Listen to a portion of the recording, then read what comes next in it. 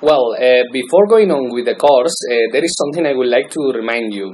In every class of this course, in the case that you need some advice in some scenario in your life, in your own life, or maybe you didn't understand a concept in the right way, or maybe you need some kind of help to apply these concepts in your own real life in a specific situation. So in every class, you got the option here to browse Q&A, and then you can ask a new question here.